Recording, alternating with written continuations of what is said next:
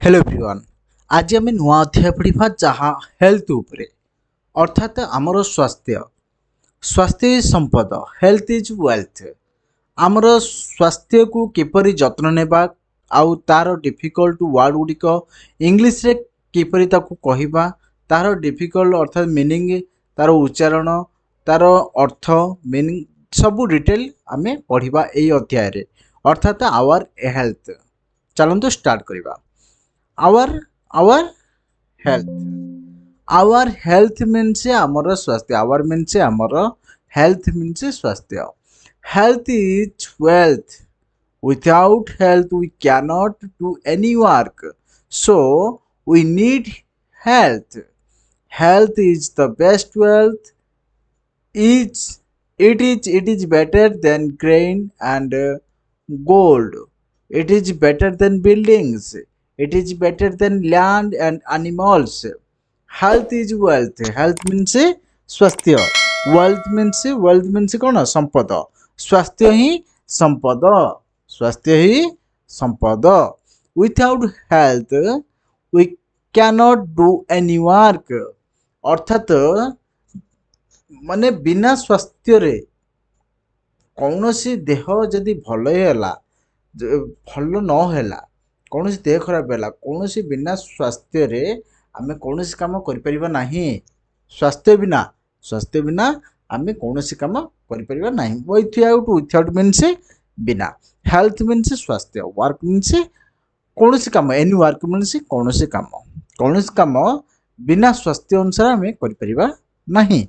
So we need a health. तेणु आंभ मानकु health आवश्यक अर्थात सुस्थ स्वास्थ्य जीवन यापन आवश्यक अटे। सुस्थ स्वास्थ्य नीड मीन्स आवश्यक। Health is the best wealth. Health is the best wealth. Health means स्वास्थ्य। स्वास्थ्य ही सबुठारु बहुत मूल्यवान संपद अटे। It is better then grain and gold. Grain means शस्य। आम जो शस्य उत्पादन करते ताठू आहुरी बहुत मूल्यवान अटे ताठू आहुरी अधिक अटे कौन स्वास्थ्य। गोल्ड अर्थात सुनाठू मध्य। It is better than buildings अर्थात कोठाबाड़ी अपेक्षा मध्य कोठाबाड़ी अपेक्षा स्वास्थ्य बहुत मूल्यवान बहुत बड़ बेटर देन ताठू बहुत भल। It is better than land and animals. It is better than land and animals. जमी आ पशु ठारू मध्य बहुत भल अटे कौन स्वास्थ्य। It is better than any other wealth. अन्य धन संपत्ति अपेक्षा better than अटे कौन better than अटे स्वास्थ्य। It is better than any other wealth. Because without health we cannot enjoy them। जेकोसी एंजॉय अर्थात उपभोग करने को बिना स्वास्थ्य रे आमे कौनसी जिनस उपभोग करि परिबा नाही। बिकॉज मीन्स कारण विथआउट मीन्स बिना। हेल्थ मीन्स स्वास्थ्य। वी कैनॉट एंजॉय अर्थात मीन्स उपभोग करि परिबा नाही। We cannot do hard labour अर्थात आम्ही माने मध्य कठिन परिश्रम करि परिबा नाही जदि स्वास्थ्य भल नाही। So we cannot make money. आमे मध्य मनी अर्थात टंका पैसा अर्जिबा टंका पैसा मध्य अर्जि परिबा नाही जदि स्वास्थ्य भल नाही। वी कैनॉट स्टडी आम देह स्वास्थ्य यदि आम स्वास्थ्य यदि भल नाही आमे पाठ मध्य पढ़ी परिबा नाही। So we cannot get knowledge आम स्वास्थ्य यदि भल नाही आमे ज्ञान मध्य पाई परिबा नाही अर्जन करि परिबा नाही। We suffer a lot of from physical pain and mental agony। We suffer a lot of बहुत कष्ट भोगिबा आमे माने बहुत कष्ट भोगिबा जेतेबेले कौन शारीरिक जंत्रणा एवं मानसिक जंत्रणा हुए। शारीरिक जंत्रणा और मानसिक जंत्रणा द्वारा हेल्थ मेंटल agony अर्थात agony मीन्स जंत्रणा पेन मीन्स जंत्रणा मेंटल agony मानसिक जंत्रणा फिजिकल पेन अर्थात शारीरिक जंत्रणा शारीरिक ଯନ୍ତ୍ରଣା।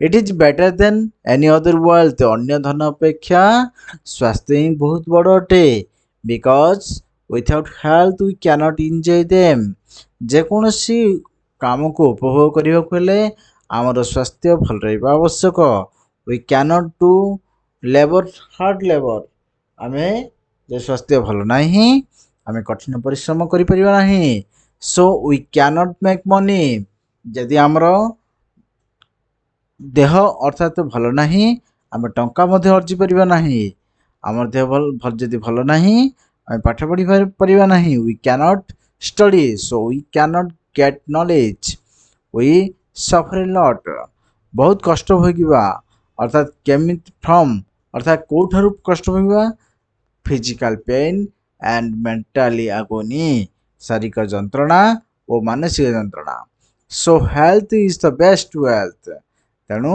एठार कहुए स्वास्थ्य ही संपद अटे स्वास्थ्य ही भल संपद अटे we should obey the law of hygiene अर्थात स्वास्थ्य रक्षा करने आम कि नियम पालन करने उचित मानिबा अर्थात पालन करवा ओबे ओबे मीन्स मानिबा लॉ मीन्स नियम हाइजीन मीन्स स्वास्थ्य रक्षा करने आम तार किसी लॉ अर्थात नियम मानवा पड़ो we should be neat and clean अर्थात आम मैंने परिष्कार परिच्छन्नता रहिबा आवश्यक we should do physical exercise आम मैंने शारीरिक व्यायाम करवा उचित फिजिकल एक्सरसाइज मीन्स शारीरिक व्यायाम we should eat good food आम मैंने भल खाद्य खाइबा आवश्यक आम मैंने भल good food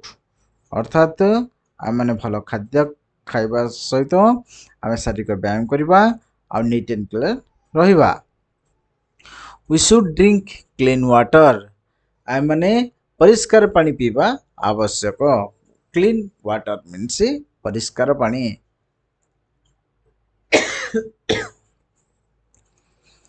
we should get sound sleep अर्थात आम मैंने गाढ़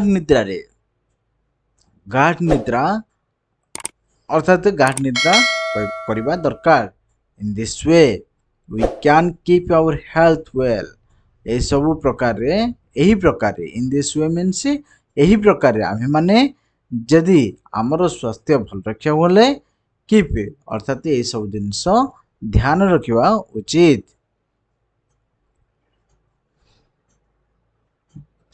we should take care our health तेणु आम मैंने आमर जत्न नेबा आवश्यक आमर स्वास्थ्य को आम मैंने ही जत्न नेबा आवश्यक हेल्थ आवर हेल्थ आमर स्वास्थ्य health is wealth without health we cannot do any work so we need health health is the best wealth it is better than grain and gold it is better than buildings it is better than land and animals it is better than any other wealth because without health we cannot enjoy them we cannot do hard labor so we cannot make money we cannot study so we cannot get knowledge we suffer a lot from physical pain and mental pain so health is the best wealth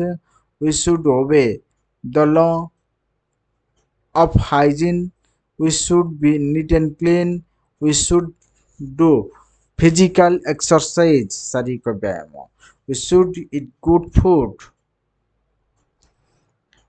we should drink clean water we should get sound sleep in this way we can keep our health well